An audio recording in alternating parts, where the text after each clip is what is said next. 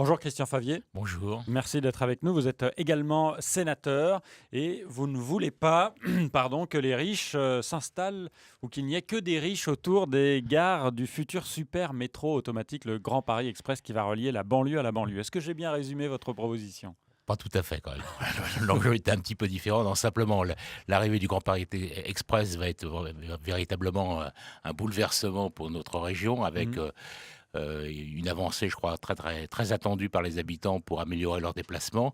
Et il faut évidemment que cette avancée, donc l'arrivée de ces 4 nouvelles lignes de métro, puisse être utile à tout le monde. Et aussi, bien évidemment, aux personnes avec des revenus modestes qui souhaitent aussi pouvoir profiter de ces transports et être logées aussi à proximité. Donc c'est le Donc, que dit sens. votre proposition de loi? Elle est très simple. Elle dit simplement que pour toutes les constructions nouvelles qui seront réalisées dans un périmètre de 400 mètres autour de ces futures gares, des 68 gares du Grand Paris Express, il soit prévu un tiers, Mhm. 30% en fait, 30% de logements sociaux. Donc dès que le bâtiment aura plus de 800 mètres carrés habitables, c'est-à-dire 12 logements à peu près. Votre proposition de loi est donc étudiée cet après-midi. Elle n'a aucune chance de voir le jour? Alors les choses sont compliquées bien évidemment parce que chacun connaît la majorité actuelle du Sénat qui est une majorité de droite et qui n'est pas favorable à cette proposition. Mais bien évidemment c'est une question importante sur laquelle j'alerte dès maintenant parce que certes la première ligne n'ouvrira qu'en 2022, la ligne 15 Sud, mais d'ores et déjà les travaux commencent, les chantiers avancent, les projets aussi se construisent ville par ville et il faut faire en sorte évidemment que Mhm. cette métropole soit une métropole non pas exclusive qui renvoie au plus loin les populations modestes, mais faire en sorte qu'on soit dans une métropole effectivement inclusive et qui permette donc à chacun de pouvoir aussi se loger, même si on a des ressources modestes, et de profiter au mieux de ce nouveau réseau de transport. Mais Christian Favier, est-ce qu'on a vraiment besoin d'une nouvelle loi pour imposer 30% de logements sociaux autour de ces nouvelles gares, alors qu'aujourd'hui, il y a déjà une loi qui existe et qui oblige les villes à avoir du logement social, c'est la loi SRU. Ma proposition n'est pas en lien direct, je dirais, avec la loi Mm. SRU. La grande question qui est posée, c'est qu'aujourd'hui, le logement social est réparti de manière, on le sait, très inégale. Il y a des villes qui ont moins de 25%, il y en a qui ont beaucoup plus Mm. parfois, mais autour, la question que je pose, c'est la question effectivement de la proximité du réseau de transport. Comment on fait en sorte de rendre ce réseau de Vous voulez transport cibler accessible? encore plus, en fait, Voilà, et cette donc loi là, SRU. pourquoi? Parce qu'il va y avoir Mm. énormément, évidemment, de projets. L'essentiel des projets d'aménagement qu'on va connaître en région Île-de-France au cours des prochaines années se feront effectivement autour de ces gares-là. Donc il y a un enjeu effectivement social très important de faire en sorte que les populations, je dirais celles qui payent parce que tout le monde paye effectivement ce grand réseau à partir de ses impôts, puissent aussi en profiter et donc qu'il n'y ait pas une sorte d'exclusivité. La promotion immobilière, elle évidemment, elle n'a pas cette préoccupation-là première, Mm. hein. Sa préoccupation, ça va être de vendre des logements. C'est pas forcément de savoir qui va loger, qui va être logé. Par contre, pour les élus, nous, il y a une vraie responsabilité. Mm. Il faut savoir quand même qu'on a plus de 700 000 demandeurs de logement en Île-de-France. Donc voilà, c'est une opportunité Ouais. de pouvoir faire en sorte de répondre à ces besoins-là à travers les futurs programmes. Vous, à travers cette proposition de loi que vous faites aujourd'hui, qui passe devant le Sénat, vous en profitez pour pointer du doigt certains quartiers de ville, certaines villes justement dans le Val-de-Marne qui n'appliquent pas la loi SRU. Non, le problème n'est pas là. La loi SRU existe. Donc Hmm. moi, je demande bien évidemment qu'elle s'applique Oui, mais c'est un argument pour complètement. votre loi en disant Voilà. il faut Bon, absolument que ça passe parce qu'il y a déjà des villes chez moi qui n'appliquent pas la loi SRU. non.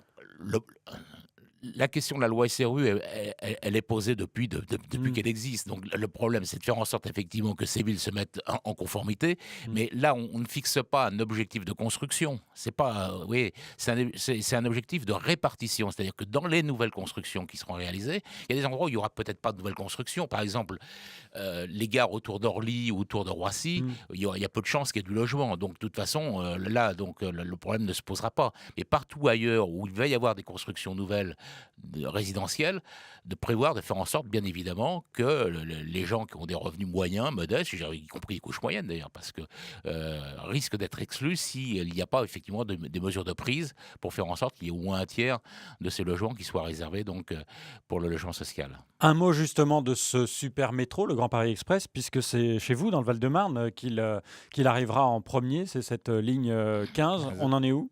Les choses avancent bien puisque les chantiers sont ouverts pratiquement partout, sur tous les sites de toutes les futures gares.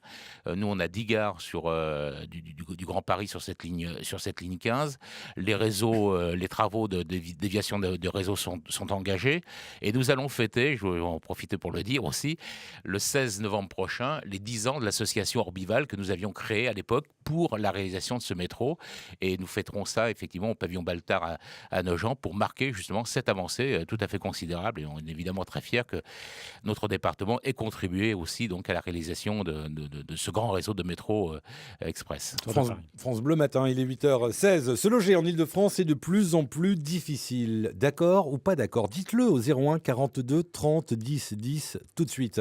Christian Favier, sénateur du Val-de-Marne, c'est le président communiste de ce département également. Il est l'invité de France Bleu matin avec Noé da Silva. On l'a bien compris avec votre proposition de loi, Christian Favier. Se loger en Ile-de-France, pour vous, c'est de plus en plus difficile, en tout cas dans les centres-villes et près, évidemment, des stations de métro. Est-ce que vous pensez que l'encadrement des loyers qui existe déjà à Paris et qui va être étendu à la petite couronne va modifier la donne? Alors c'est une proposition pour laquelle, moi, pour ma part, je suis tout à fait favorable.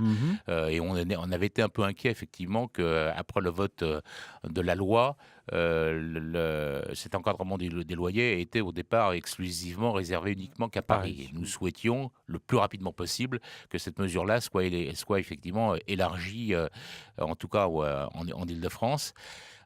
Par contre, on a pu effectivement constater qu'aujourd'hui sur Paris, une part importante, je crois que c'est de l'ordre d'un quart des logements propriétaires ne respectent pas effectivement cet encadrement des loyers. Donc il faut là aussi être assez vigilant.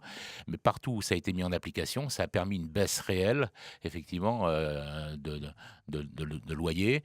Et donc ça a facilité aussi l'accessibilité donc pour un certain nombre de familles. C'est urgent. On a une situation, je le répète, extrêmement tendue quand même en Ile-de-France. Chaque année en Ile-de-France, on attribue 80 000 logements par an sur 670 000, je crois, de demandeurs de logement. Donc, vous voyez, on est quand même très, très loin. Il y a un écart considérable et qui ne cesse de se creuser. Donc, il faut à la fois pratiquer cet encadrement des loyers, mais il faut aussi relancer la construction de logements de qualité, bien évidemment. Il faut être évidemment soucieux de l'environnement et de la qualité de vie dans ces logements, mais on a besoin effectivement de construire. Un mot, Christian Favier, vous êtes communiste. Les communistes n'ont toujours pas choisi de candidat pour l'élection présidentielle. Est-ce que ça vous gêne? Non, parce que à ce stade, la question qui nous est posée, c'est de savoir quelle est la meilleure disposition à prendre pour faire en sorte effectivement que la gauche soit présente au second tour de l'élection présidentielle. Et quand je dis la gauche, c'est d'ailleurs une gauche aussi de transformation sociale, réellement à gauche, pas une gauche, je dirais, libérale, telle que malheureusement on la voit aujourd'hui en activité au pouvoir. Et pour cela, évidemment, il faut essayer de créer les conditions de ce rassemblement. Donc, mais maintenant, évidemment, le temps presse, les élections présidentielles. Surtout Jean-Luc Mélenchon est parti de son côté. Jean-Luc Mélenchon est parti de son côté. C'est soit vous ralliez, soit vous avez un candidat face à lui. Les choses sont plus compliquées que ça, à mon avis. Je pense qu'il faut effectivement faire un choix. Quel est le meilleur choix? Quel est le candidat susceptible le mieux, effectivement, de permettre ce rassemblement? Jean-Luc Mélenchon a évidemment des atouts de ce point de vue. Il a d'ailleurs déjà été le candidat du Front de gauche la dernière fois. Donc, il a effectivement, de ce point de vue, des atouts indéniables.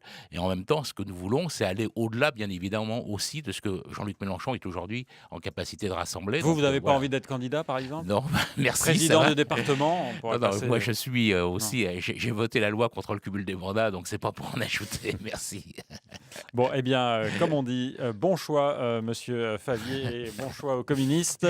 Et bonne journée. Merci d'être venu sur France Bleu ce matin. On peut vous revoir en vidéo sur francebleu.fr. Merci Noé da Silva, et puis bonne journée aussi à vous. Bonne journée.